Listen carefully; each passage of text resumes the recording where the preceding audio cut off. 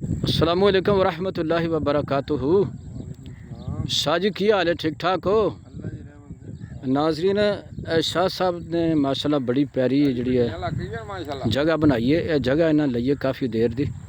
तो इस जगह दे विच इन्होंने सब्जियां लाइया ने। तो शाह साहब ने पूछने केड़ी केड़ी सब्जी लाई है। शाह साहब केड़ी केड़ी सब्जी लाई जे? माशाल्लाह कह रहे हैं जी फलियां लाइया ने, भिंडियां लाइया ने। उरा जरा थोड़ा नेड़े आ जाओ ना। हाँ जी, होर की बीजिया जे थे?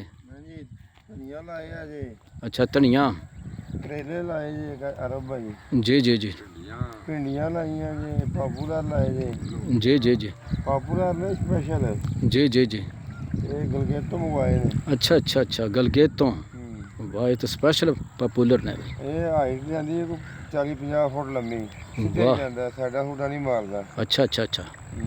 हेलो जी, शाह जी कह रहे ने कि पॉपुलर आंदा गलगेत तो ते एरी हाइट बड़ी है, सीधा ही जाता है। कितना उच्चा जाता है जी? ये 50-60 फुट जाता, ग्रोथ ज़्यादा करदा। अच्छा अच्छा, ग्रोथ ज़्यादा करता है और 50-60 फुट उच्चा जाता है जी जी जी।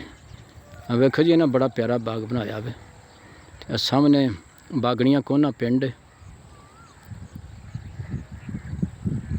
शाह जी, सब्जियां बेचनियां करनियां नहीं, आप खानियां करनियां? तजुर्बा किया अरब भाई, मतलब लगती भी है नहीं, पर कोशिश की पर कोई नहीं, कामयाब को नहीं है। अच्छा,